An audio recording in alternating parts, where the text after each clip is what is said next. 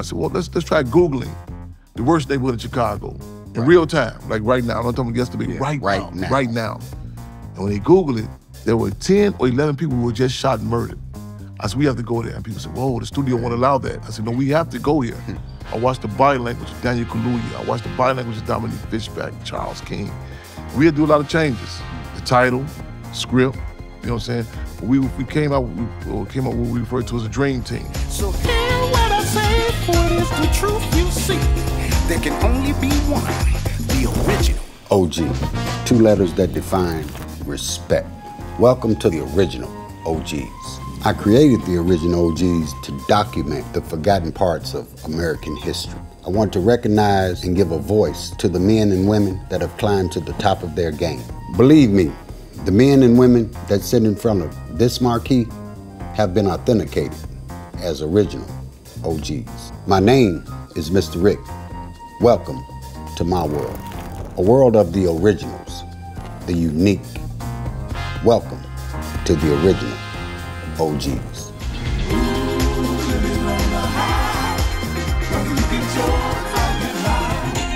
Welcome to the original OGs, and I'm your host, OG Mr. Rick. Today we have another fascinating show for you, rather special to me, a dear friend of mine. I would like to welcome to the show none other than Fred Hampton Jr. Free 'em all. Free 'em all, my brother. Right on. Good. How you feel, brother? Hey, good to be here. Good. Let's take a journey, man. Start by getting into the history of your father. What, in your mind, inspired your father to want to do what it was that he set out to do for black people? Let me, I would like to preface with, I said a number of occasions, I feel fortunate to have fallen from the tree of 2 freedom fighters. Yes, sir. Of Chairman Fred Hampton and also Vakua and Jerry, formerly known as Deborah Johnson. Mother comrade. Yes, indeed. Ironically, we have that's your initial question, because I was just having some dialogue when you talking about it. I was saying when people talk about an individual, a lot of times you say, when you talk about their children, they say, well, this is my child, this is my son, my daughter. And I say that's subjective, because the reality is that a child is a combination of not only their parents, It's that's our around the child. family, no doubt about it. Yes, indeed. And DNA is a hell of a thing, but also, different dynamics that impact our lives. And I think back even revolutionary suicide, what Minister U.E.P. Noonan authored, and he talked about, he went so far as like generations back, how he was impacted, who he was, and you get Malcolm X and other forces. They talk about, not just in a reactionary way, just saying this is who I am, but putting things in context. Ironically, at the time we having this discussion, we getting set to go down to the grave site of Chairman Fred, my father, who's buried down in Haynesville, Louisiana. And that's a whole nother story about, and people say, why was he buried there? And it was a key reason is that it's right by his grandfather, my great-grandfather, who had a deep impact on him as a child, as well as even in my life.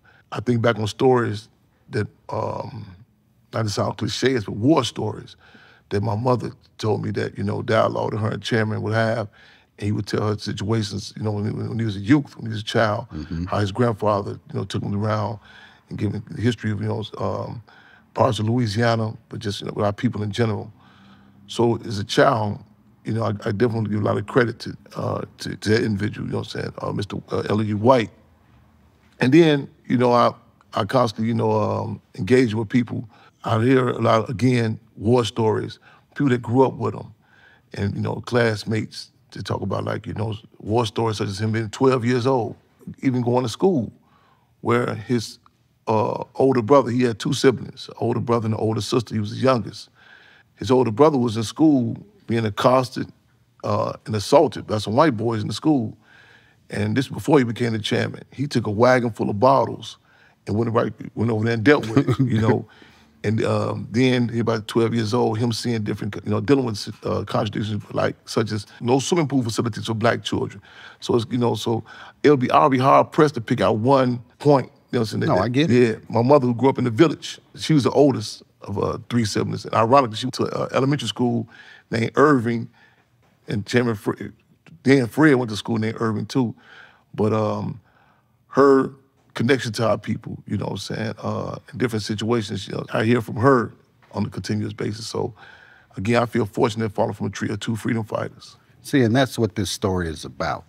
We do want to lead up from the past to your mother, to your father, and then into your present life. Yeah.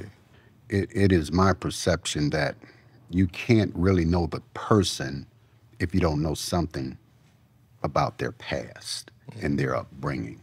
So in saying that, can you recall your family, your mom, describing to you the earlier days of their life in order to pass on to you what you were dealing with in this world?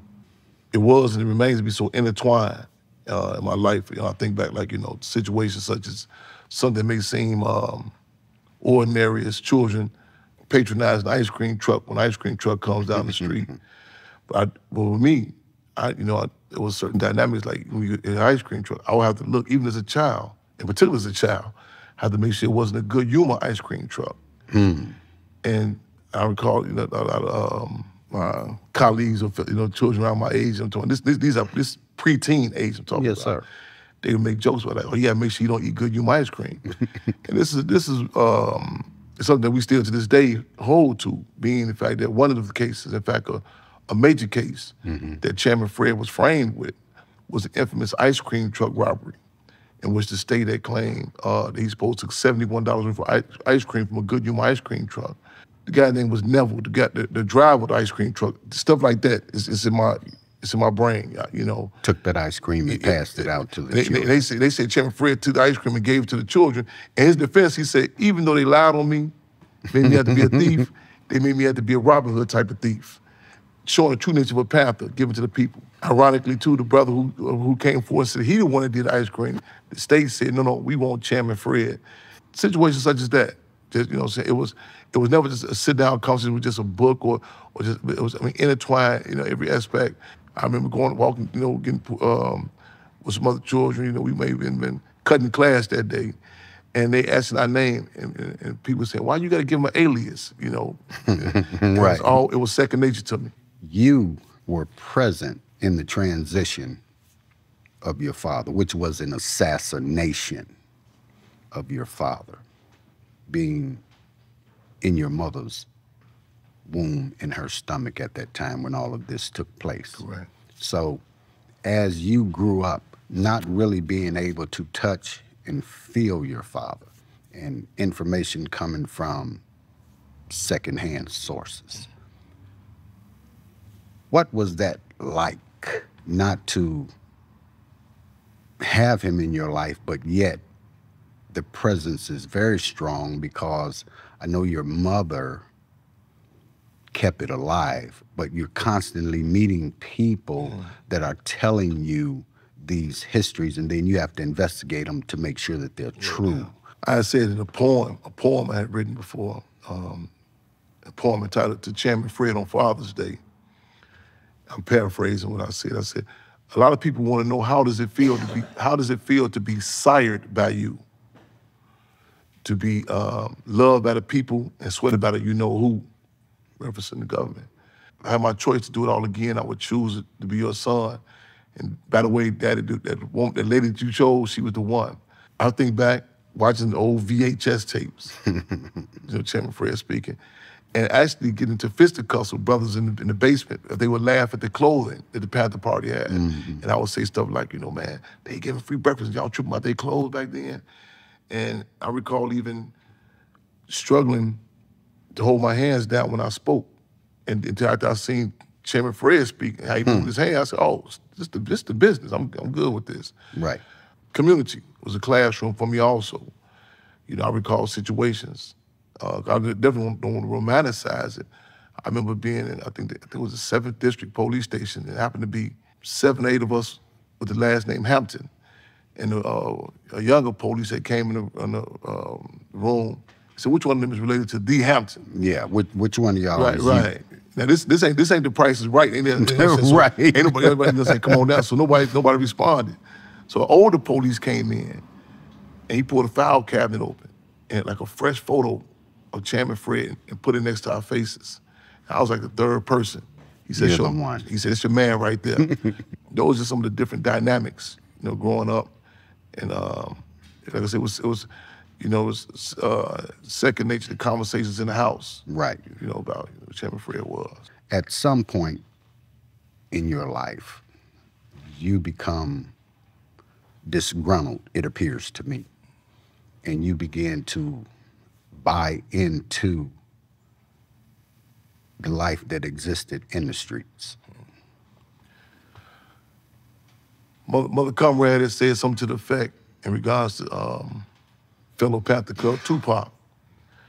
Say Pac needed organization and organization needed Pac. Mm-hmm. I'm not detached from the realities, and even to put in context what happened to the Black Panther Party. Right. That was such an incorrect narrative that was put out. People say, well, the Black Panther Party just faded away, it's over. But the reality is that it was a hard hit, the infamous COINTELPRO, the counterintelligence program.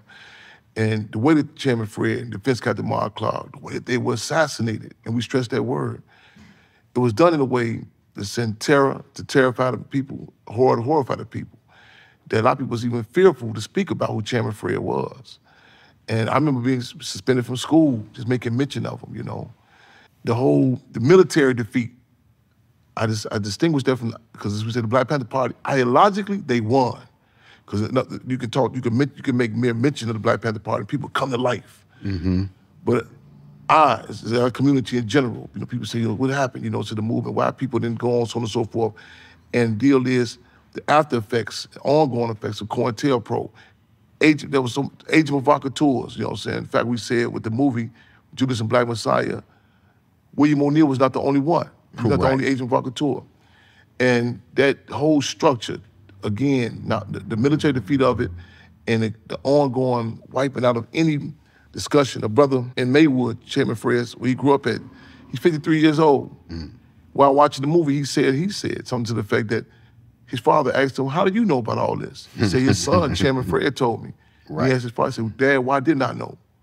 And he said, because his father cried and said, we just wanted peace. So I come up impacted, And I look back in retrospect and I relate to something to the effect that late great Malcolm X has said. He said, I learned American history through his ghettos and through his prisons. And I spoke at a repast we did with Stanley Tookie Williams, co-founder of the Crips in LA, and I recall going to about Leimert Park, and I said something to the effect that Tookie Williams grew up in the climate similar that I grew up in, deprived of an organization such as the Black Panther Party, where in many cases the only options provided for you are become either, in some sense of the word, a banger or a Boy Scout. In other words, suit and boot up for corporate America or suit and boot up for the streets, Correct. And I said, never again on our watch. That's why even with the Black Panther Party Cubs. And I'm so appreciative for even, not midwife, but the kind of like surrogate parents. Park said something to the effect too, like how the streets had, embraced them, Exactly. Yeah. Chicago is known for its quote unquote gangs. What was your experience in coming up in Chicago and dealing with the organizations that existed? Respectful, and I know, like I tell people when you speak about different dynamics. In fact, as a term we use with the Black Panther Party Cubs, we use the term called the unpoliticized street tribes, and like even this generation is presently speaking now. You hear terms like gangs. I grew up in an era where those are fighting words. If you can actually Google or look some old graffiti, you can look on the different walls. There were acronyms such as CVLN, BPSN, GDN, BDN. And the commonality of that N was reflective of a nation. A nation. Nation. Right. And the words are powerful, you know what I'm saying? Yes, sir. And it was like in Chicago, even being the fact that it was the top, if not even still to this day, top segregated city.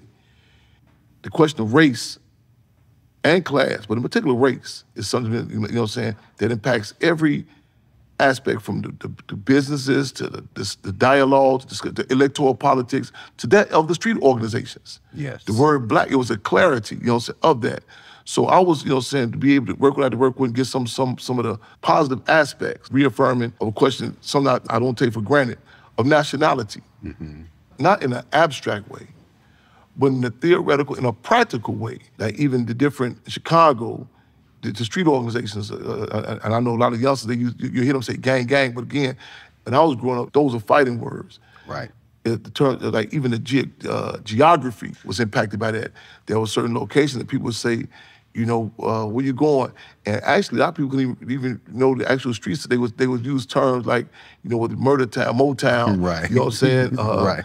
Lordsville, and it was reflective of the different dynamics of the street organizations. And that dynamic of structure is reflective. I tell people, you are a product of who you're colonized by. Exactly. In other words, in Brazil, we just can't say, oh, that's beautiful that the people play the drums and the beat. You have to put in context that the Portuguese, unlike the English, in America, the Portuguese never made the drum illegal. You know what I'm saying? So the people are, even their movement, how they move around. Case in point, Chicago. We were, you know what I'm saying, to our community, we were and are impacted by the Dailies, by the Capones. The dynamic of structure, you know, initially, to this day. To this day. So no one is detached from that, because initially Capone was in New York, but when in Chicago, that dynamic of structure. That, you know, in fact, Chicago was the last place that crack cocaine was able to be introduced in, being that they had to get rid of certain, that Fluky Stokes had to be murdered, Jeff Ford, a.k.a. Chief Malik, had to be locked up. It was certain dynamics of structure that, you know, that impacted Chicago. It was a phenomenon. It would not allow that. Would not allow that. It was checks and balances. You know, going back to your beloved father, he had a relationship with these different guys, Jeff Ford, Larry, Minister Rico, all of these guys. When you began to grow up, did you have a relationship connected to these particular people I just named, Jeff and Minister Rico, and did they embrace you saying, hey, you know, we got you?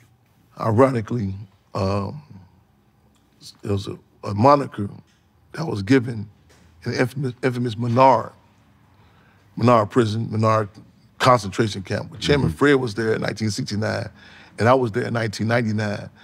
And the moniker I was given was deja vu. It was like, you've been there before. And I've been in situations where dialogue with some of the same individuals that you named, you know, so from Minister Rico, in fact, we just did a food giveaway.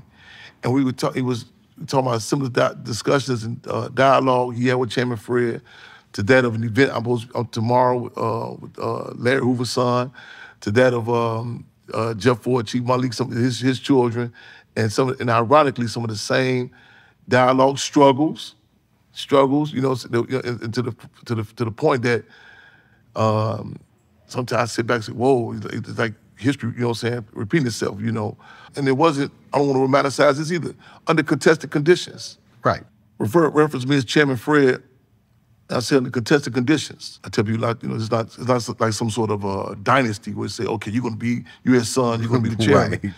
And that's in many cases a lot, you know, I mean, you talk about, you know, the children of Mickey Cogwell, Jeff Ford, Larry Hoover, so on and so forth.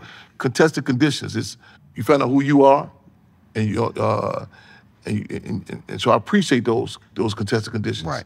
But you find out through the good, the bad, and the ugly. You don't romanticize. You see, okay, what is someone else's ideology? Exactly. It's placed in front of your ideology. Is this you know, are you going to hold it even when it's not popular? Right. Okay, you know, what if some more concessions maybe, or maybe easier to, you know, send it back up and not pick up a baton, and to see who you are.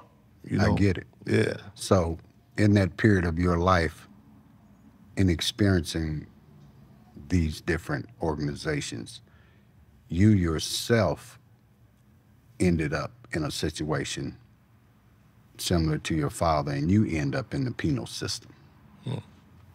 What was that experience like? As I said, as I mentioned earlier about, I think back different times, being taken to the police station, different trumped up cases being given. A major case, one of the major cases being snatched up was 1992, right in response to the verdict in Semi Valley about the LAPD beating of Rodney King. And there were uprisings occurring all over. And I recall this vividly. I recall this. Walking down the street, walking my daughter, who was 3 years old at the time, and we had these water guns. We were like joking, like we were called the cool walk, but go out with my daughter. And simultaneously, like 25 cars, law enforcement cars, they stopped, hit the block. Automatically, I looked through the gangways, looked through both sides. It's law enforcement everywhere. Here they come. They banned the doors simultaneously. And they grabbed me, and they were trying to grab my daughter, and I refused to be taken to the car, to the community, to make sure my daughter's secured. My mother, he came out the house, so once I seen my daughter was secured, they threw me in the backseat of the car. They were flipping through all these photos of me. He said, isn't this you? So I was just thinking, who is this, So I said, no, who are you? Saying, aren't you Fred Hampton Jr.? I said, no, who are you? So we get to the station. They introduced themselves with this agency. Pete from Chicago Police Department. I'm such and such from this agency, you name it. They were back and forth. I kind of stopped for a minute. I thought about my mother said when she was locked up, how the different agencies was debating on which agency is going to arrest them. And that same similar situation occurred. And I was to be informed that I was being charged with 2 counts of aggravated arson, in which they said I was supposed to firebomb these two Korean-owned stores on the south side of Chicago. I noticed one particular law enforcement individual, he was calling the shots. And I couldn't, I said, well, how is he different agency? How is he calling shots over all the agencies? He was the director of this. Correct. Lo and behold, while I was out on bond for this case I'm talking about, I'm going through old Black Panther Party newspapers. I see, whoa, Joseph P. Grubezek. This is the sergeant who was calling the shots. He was involved in what they call the Legion of Justice, a surveillance of my father, Chairman Fred Hampton. Wow. I said, wow, you talking about deja vu. Yeah, now he's surveilling you. He's surveilling and leading up to the rest of them for me to give me this charge. So, I was sent to, I was locked up. Later, we had a Free Fred campaign. It became an international campaign. I got out on bond. We organized at our headquarters, the Chairman Fred Hampton House on 54th and Halsted. Right. But we had all the people from all over the surrounding suburbs and streets coming there. And I was subsequently convicted, taken back in and convicted, Cook County Courthouse, sentenced to 18 years. Wow. And at that time, you would serve half of the time. But I was placed on what they technically say is illegal, the circuit. Right. It still exists. Arbitrarily, believe that. Yes, it still exists. So I'm transferred everywhere. There were assassination attempts on my life. I was sent to some of the same places that Chairman Fred was at. And again, the infamous Menard, when I got there, I was given the name Deja Vu. The brother said, man, you Deja Vu, here we go again. Here we go again. Yeah. You're here. Let's take Menard. Yes. Per se. You can't help but to ponder on, wow, I wonder how my father felt. I wonder what my father did while he was. You understand what I'm saying? Yes. So, yes. Did you at that time begin to say to yourself, okay, I got to get deeper into my knowledge. I got to get deeper into what my plight really is here? Yeah. That hit me prior to being locked up. In fact, I tell I know a lot of people, they become, what they say, more conscious when they're locked up, but it hit me, my calling, right. It hit me prior to being locked up, and I think the state recognized that. That's where they really anticipated, get down, make that move. It really, I took that, I embraced it, I welcomed it, but the Menard in particular, I recall being transferred from Pontiac, and they would use these words like K9, K10, as opposed to saying which prison you going to. Right. And they, on the phone, told my mother, and she was said to come visit me the next day in Pontiac.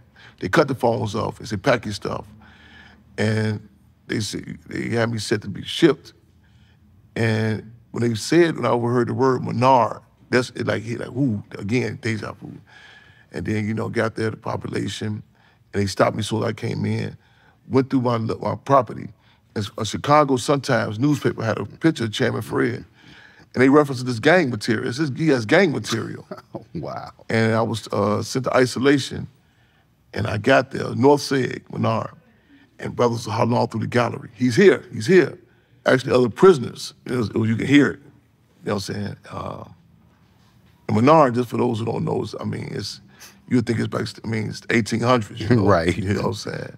So I heard some brothers, a few galleries down, say, well, where they have you at? I said, you know, North Seg, they said, you know your father was on the same unit. I said, what? They said, yeah. They said, what gallery? I think I was on 8 gallery, 7 gallery.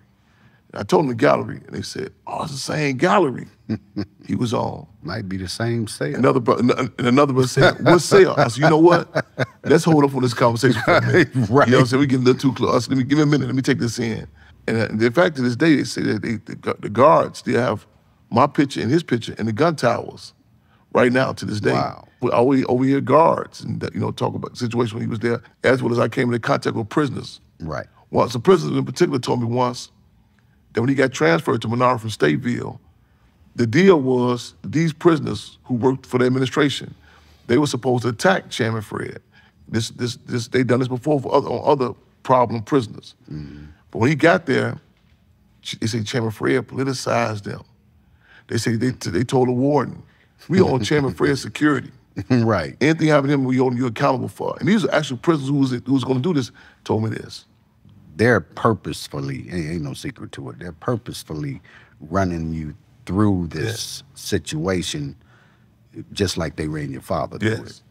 Now, at that time, did you begin to, as best you could, investigate similar situations because this became obvious to you that there's a conspiracy going on here? Did you relate that to the Crow and Tail Pro? You know, I said I was locked. You know, prior to this. You know, so all my life I had a general assessment that, you know, like, man, this would come with it. Who you the son of? But prior to me being locked up, it's a quote unquote crime to be the son of Chairman Fred. Right. I had some issues with some members that was in the Black Panther Party. A high school I attended one time as a freshman. I come the press how he would look at me, and I asked the party. I said, "Y'all ever heard it? What's going on?" And they said, "Oh yeah, we forgot to tell you. The Panthers took their school over right to have a Black Studies program." I said, "Duh! I wish you'd have told me." You know? So all my I remember some brothers riding in the car, and one brother asking me, "Why you keep looking in the rearview mirror? Don't you have your license?" I said, "Exactly. That's why I'm looking in the rearview mirror." Looking. So, and it was difficult to relate this to other people, even to this day. Right. A lot of people say that they know, they understand, but I was clear. And some people say, "Oh, he paranoid. He think he back in the '60s." Pac said initially, he wish he could have ran away from who he was. I experienced that, briefly. I understand. You wish, I wish to live a normal, quote-unquote civilian, Yeah. But I embraced it. I acknowledged it, and a lot of heat come with it. Just a simple thing like going for a job interview. I really had to come to grips with, stop attempting to think I can win people to really understand that. It's a foreign language to people, Right. But just to get to the point to say, respect it. I tell people, Right. a woman can never explain to me, to a man, the dynamics of, child labor, Right. having the baby, the pains of it. We can respect it. You never can experience You never can experience it. Who I am, and I'm not saying it's an egotistical way, in all humbleness. The dynamics that come with that, the heat that comes with it. It is what it is. It is what it is. You had one thing working for you that guided you and helped you become the person that you are. That was your mother, Mother Comrade.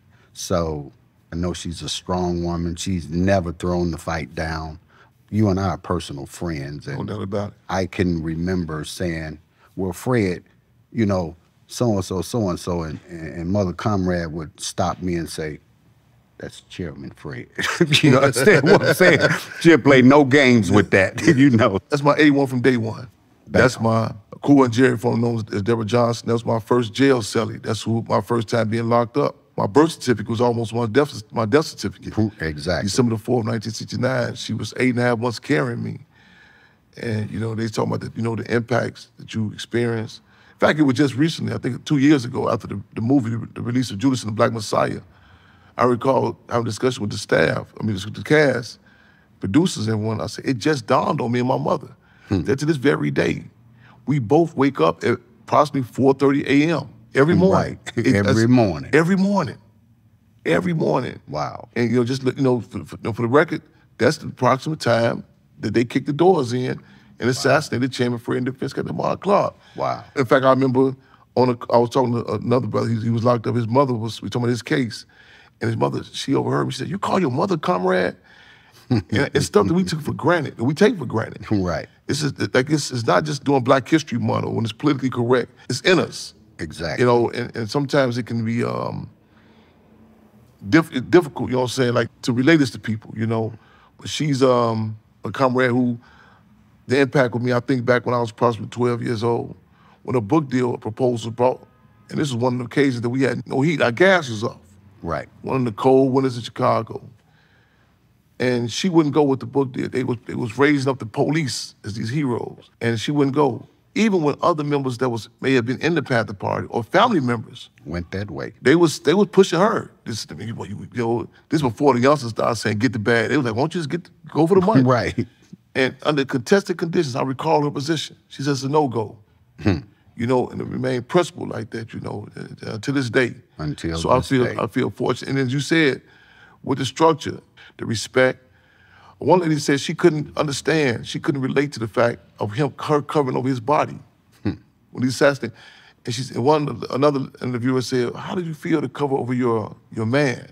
And she said, "I covered over the deputy chairman of Illinois chapter of the Black Panther Party." That structure, that commitment. So hypothetically, say they had an argument, say they just broke up that morning, say we're not in a relationship anymore. That commitment, still it's surpassed that of just a relationship. Still the chairman. Yes, indeed. Yeah. Yes, indeed. And to this day, I know for a fact that that's how she walks. That's how she walks and talks and cares. You know, and a strong individual. She's been through a lot. Yes.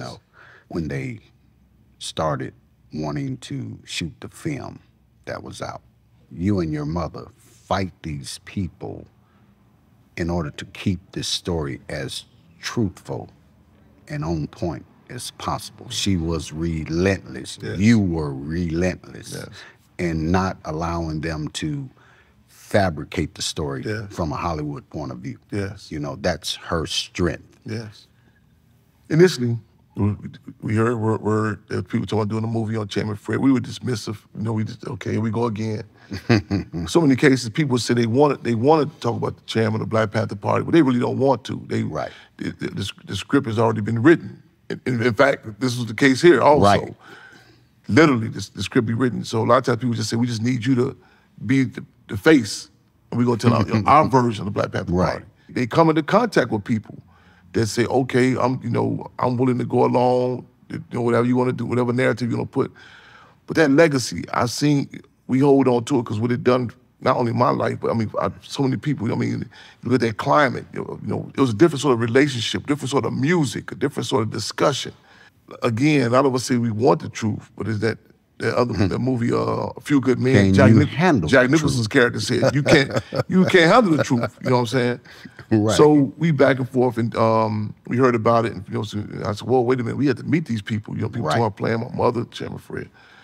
So a lot of people say, man, it doesn't work like that in Hollywood. Right. And I had to make clear, I'm not from Hollywood, I'm from Inglewood, Southside You got Chicago. your woods messed up. Yeah. So we finally, in fact, we convened at the Hampton House, so we had to meet these people.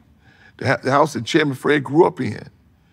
And when they came, the cast members, the potential cast members, because it wasn't written, Right. It wasn't a green light. Right. Daniel Kaluuya, Dominic Fishback, Charles King of Macro, Shaka King, my nephew, Ryan Coogler, his wife, Zenzi. At that table, we sitting there dialoguing. At least 8 hours, Right. We want to see meet these individuals. We say there's character in character. Right. It's not just playing a role. Right. So we say I want to go to my office, and that'd be in the streets. I said, well, let's try Googling the worst neighborhood in Chicago in real time, like right now. I'm not talking yesterday, Yeah, right now. Right now. And when they Google it, Madison and Keeler, known as K-Town, Exactly. there were 10 or 11 people who were just shot and murdered. I said, we have to go there. And people said, whoa, the studio won't allow that. I said, no, we have to go here. We went out there, I mean, those who've been in Chicago know how it goes down over there. It was hot. I watched the body language of Daniel Kaluuya. I watched the body language of Dominique Fishback, Charles King.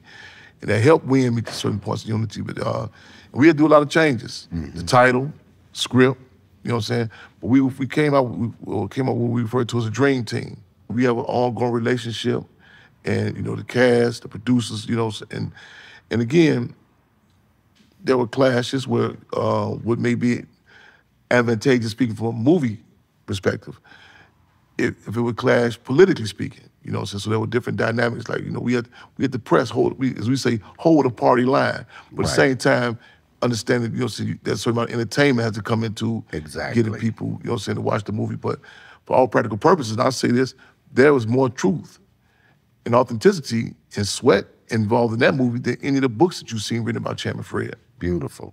When they first brought this to the table, were you suspect that there may have been some political or FBI, CIA involvement? What was your feeling about in the past when your father was living and they were trying to put the Black Panthers and Chairman Fred Hampton at odds? The reality of COINTELPRO, the counterintelligence program, the impact that it has and continues to have. Correct. Relationships, business deals, you interact with people, simple discussions. And some people may say, well, that's no paranoia, but Chairman Fred, one of his sayings was that half these cats are, crazy, rest of them agents. By the time I figure out which one they are, I've been paying attention to the graveyard. Okay. And I've been in situations where, I can look back in retrospect and say, maybe that person didn't know they were actually on the payroll as agent, but there were agent activities. And sometimes, whether it be nefarious or naivety, the deal is, it does not dismiss the fact that I'm cut from a cloth. Right. Of an organization that is documented, it's acknowledged that over 90% of the COINTELPRO was directed at. This show has the intent to define what a real OG is, what an original OG is. My partner and I have developed a method to ensure that if someone should sit in front of this OG logo, that they have been authenticated and found to be true in their history as far as what an OG is. And we're back. When this movie stuff came about and all of that, how did that affect your family, in different people being approached and trying to agree to certain things that you just totally disagreed with? One of the pros of the movie was, I guess it loosened up, okay to even have a discussion about who Chairman Fred was, because I think a lot of people take it for granted, like, they say, well, we know about the Black Panther Party, but really it's said to us covertly and overtly in a certain way, like, don't talk about that. Like, even the dialogue we had, even with the soundtrack, I was, even this guy named Pooh Shiesty, Polo G Youngsters. Right. They was on the soundtrack, and I was those two in particular. I really dug from the younger generation to really, how do we say with the movie, put that Panther Cub political peel in the applesauce. That's one of the pros. But of course, you have the fallout with I've seen someone after a certain amount of a little more notoriety, you get more cousins. Yeah, they come out of the woodworks. Yeah, mind you, this was done prior to what we call the pandemic. So we didn't get to put it out. In fact, we talking about doing a re-release. Right. Hopefully in Africa. We're working on that right now. Cool. But it's something that, again, a move that I look forward to. It could be like they could stick in the minds and hearts. In the Black community in particular, similar to the way people talk about the Godfather movie. Right. And the Italian community, and people in general. It's like a Tupac song. It's ever developing. Right. So, looking at the conditions of the streets, and I know your boots on the ground, what would you communicate to the young people as far as where we are today? Because this thing hasn't disappeared. I think a lot of times people they would have a stereotypical response, a statement to the youth, something to the effect like the possibilities of of death or going to jail. But the reality is, these youngsters in particular, they deal with that on a daily basis.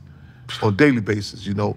And sometimes people look at, well, if I'm gonna be here, I know I'm on limited time. I know it's, to the youth in particular and people in general, as an organizer, it's difficult to talk about, you know, taking a stance, being principled, especially when you have the other option right there in your face. You know what I'm saying? I mean, to be unprincipled. Same thing we went through. No doubt, you know. But it's extreme. I mean, the amount of resources what these cats can get. I'm talking about, I mean, we grew up, I'm talking about just even relationships and certain discussions. I mean, you go on Instagram, you can see everything now, you know. Right. However, I can't stress enough that we worth and we deserve more than that. One thing Minister Huey P. said, he didn't fear death. He feared death without a purpose. Right. He feared death without a purpose. And there were attempts to take Chairman Fred out prior to December 4th, 1969. He heightened the contradiction so it could never be his epitaph that there's a gang war or some trip, you know what I'm saying? Exactly. That's to be assassinated. It's a brother in Chicago who I played this with, the brother named Lawrence. They call him Big Law. And I was locked up with this brother. You know what I'm saying? And I remember discussion with him to politicize him to the point that they called him Little Bobby Hutton after Little Bobby Hutton in the Black Panther Party. And leadership for one of the street tribes, the Black disciples was asking me, say, man, what did you hear him talk about? What did you do with him? I said, the politics. And even to the point that this brother who I love and respect, after his assassination, the Chicago Sun-Times referenced his death as an assassination. I said, that's a hell of a stand. So to the youth, they'll say, so if we leave a stain in the brain and the mark in people's heart that you live on, a legacy is more important than your life. Right. You know what I'm saying? It continues to live. It continues to live. So again, let's up the ante, you know what I'm saying? And be very clear. There's no war on drugs, there's no war on guns, there's no war on gangs. There's actually a war on our people. Right. You know? And the intertwine, to look at the situation different. It's like Percocet and the different forms of drugs, chemical, biological warfare. It's a narrative put out there. It's like a war between black men and black women. You know what I'm saying? They just said, hey, we got issues amongst us, but the people, we all we got. You know what I'm saying? So even like, I don't even call them correctional centers, concentration camps, and what they doing to us inside those places. You know what I'm saying? It's mind blowing. Hey. I'm gonna say one thing. I was about 12. A brother reminded me. I was about 12 years old. We was walking, and when an older guy, about 25 years old, he got murdered. And everybody was saying, he gonna be in the paper. At that time, this was before social media. Right. You would be in the Chicago Defender. Your name would be in the paper. And I just said to the brother, I refuse to be a one-liner in the newspaper. Okay. That's insane. It's up to Andy. You know, how do you feel about the young people? How can they take advantage of the position that they hold today? Because they're putting out messages. Yes. I'm not gonna romanticize it. Heat comes with when you start doing progressive stuff. The payday isn't as big. However, look at such examples. You know what I'm saying? It's Tupac, Nipsey. You know what I'm saying? Nipsey Hussle. You know what I'm saying? That to this day, you know what I'm saying? Because a lot of times you engage in certain things. This is music. This is in streets. Whatever. A lot of things are a dime a dozen. It's like a relationship. It's like a meal. I can't ask you. Mr. Brick, you remember that McDonald's we ate at that time? You like, what? You know what I'm saying? Right. You know what I'm saying? What about, remember the time we gonna buy Miss Such and Such place and she made the meal she cooked? That sticks in our minds and hearts. Right. Even after your physical death. Right. People can go back and relate to say, no, I remember little such and such. You know, that you could be an impact, that you can't die. Exactly. You can't die. Quick Nipsey Hussle situation, story. 2010, 2011. I'm in California backstage. And when Nipsey Hussle, when he came out, at first I was kind of concerned. At the time, the rappers were wearing the white Jesus penalty. I said, oh man, that's what he got on one of the white Jesus things. Right. Yeah, and I said, here we, you know, and that's what all the rappers was wearing at the time. But I got closer, and I seen it was Malcolm X. Wow. Gold with diamond encrusted, it was Malcolm X. I said, wow. And I asked Nipsey Hussle, I said, are you familiar with Chairman Fred Hampton? Right. And he said to me, he said, Chairman Fred Hampton Jr., what sort of man would I be if I didn't know who Chairman Fred Hampton was? That stuck with me. Wow. And My mother, she met Nipsey Russell and gave him donate money to the Black. Nipsey Right. Russell, the comedian, Right. another generation, but got him to the point where he donated to the Black Panther Party free breakfast program. Beautiful thing. And the things that you're doing in the community to uplift the situation. Speak on that and how these brothers can help you so that you can help our people. Right on. A major base we got is the Hampton House. That's the house in which Chairman Fred grew up in as a child. So a lot of our survival programs, like the Triple C's, Children, Community, and Cubs, done in the spirit of Black Panther Party Free Breakfast Program. We do right there, right from the Hampton House, 804 South 17th Avenue. We do on 63rd and Ashland. We go to hot spots, wherever it's going down. And some people say, Chairman, you don't run from trouble, you run to troubles. Exactly. We in France, we in Brazil, Gary, Indiana. That's a major we have the Freedom on Radio. We do every Wednesday. Done in the spirit of Black Panther Party newspaper. Myself and Lady of Rage. Some generations know it as Afro Hey, Puffs, sister. yes indeed, or That's my sister. Baby D. We out there organized. We do that every Wednesday. We at the Cook County Jail continuously. We have a program. We taking water and food down to the women in Logan, Stateville, myself, Dr. LaShawn, Cassandra Greer, and others working on that. On C3rd and Justine, you know what I'm saying? The Chairman Fred breakfast is actually started this upcoming Saturday. People go to SaveTheHamptonHouse.org. Hit the donate button, how they can support. You know what I'm saying? We need support out there. And the streets is our office. Our work hours are 24 hours a day, nonstop. How can people reach you on social media, especially the people that are in the industry? I know you're working on a program for the Hampton House. That should have been done 5 minutes after you decided to do it. How can these brothers and sisters that are in power in Hollywood and other places reach out to you to assist you in continuing that project? Right on. Definitely, again, SaveTheHamptonHouse.org. SaveTheHamptonHouse.org. They can hit us on social media. On Instagram, official Chairman Fred Hampton Jr. We're working on getting up in the ante a team's going more outlets for the Save the Hampton House. But right now, email, speaking engagements, whatever. Chairman Fred Speaks. That's Chairman Fred Speaks at gmail.com. That's the major way. Hit us up at Chairman Fred Speaks with the S at gmail.com. I want to say a hello and a thank you, a special thank you to the Lady of Rage. That's my sister. That's, you know, your sister. Love you very much, you know, and thank you for the work that you continue to do, because I know she's always by your side and she's always putting the message out there. Right on. You know, so we wanted to give a special shout out to her. What are your personal goals? Things that are closest to your heart that you want to get done today through the Black Panther Cubs? Something his extra heart. I just came back this last week. Everyone's familiar with, with the situation in Chicago in particular, which is infamously referred to as Chirac. The retreat from the city program we're doing, taking these children right down hour outside Chicago on farmland. We're working on getting bus and transportation, take them down there on at least twice a month, hopefully on a week, every weekend. But they can hit us up, SaveTheHamptonHouse at gmail.com. We need support with that retreat from the city. I've seen the impact of children just going down there one day. So we're working on getting some buses. We're working on getting some, I'm about to say dune buggies, the four-wheelers, you know, getting that down. Dune buggies.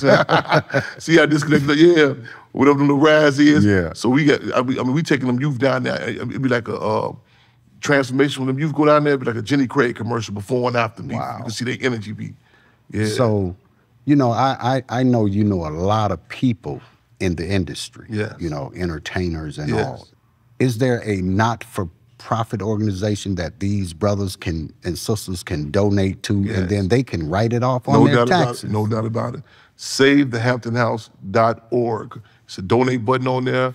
They can write directly to 804 South 17th Avenue, Maywood, Illinois, 60153. But SaveTheHamptonHouse.org. Hit the donate button. It's a non-for-profit.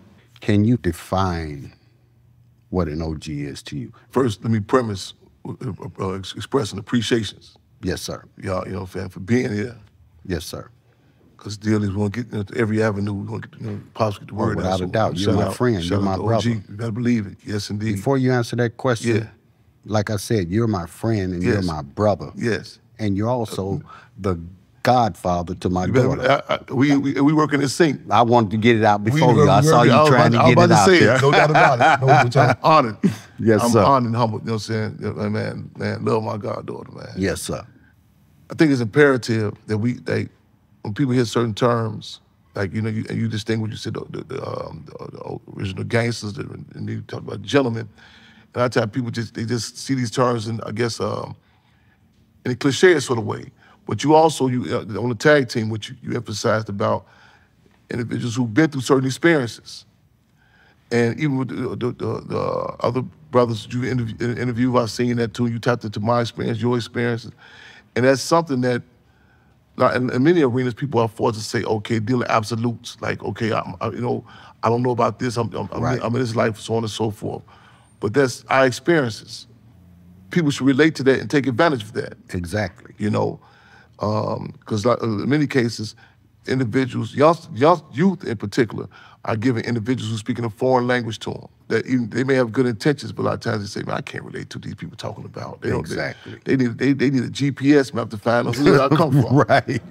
We relate to that, to yes, the community. And it's something, again, you know, so let's seize the time. So that, just to add on to what you said, individuals, you know, in many cases, we've been there and done that. Yeah. Right away. And don't take for granted the fact that we are able to be here, because in many cases we've kissed the casket, tangled with torture, and we dance with death. Wow. And we and real models as opposed to role models. Yes, sir. That, couldn't say it any better.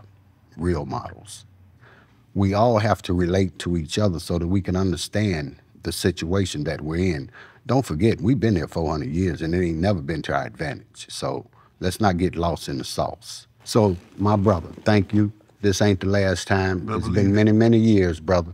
We gonna stay in this thing till the fight is won. Love and respect. Let's continue to make history, take history, and tape history. My man. Yes, indeed. That's it. That's all.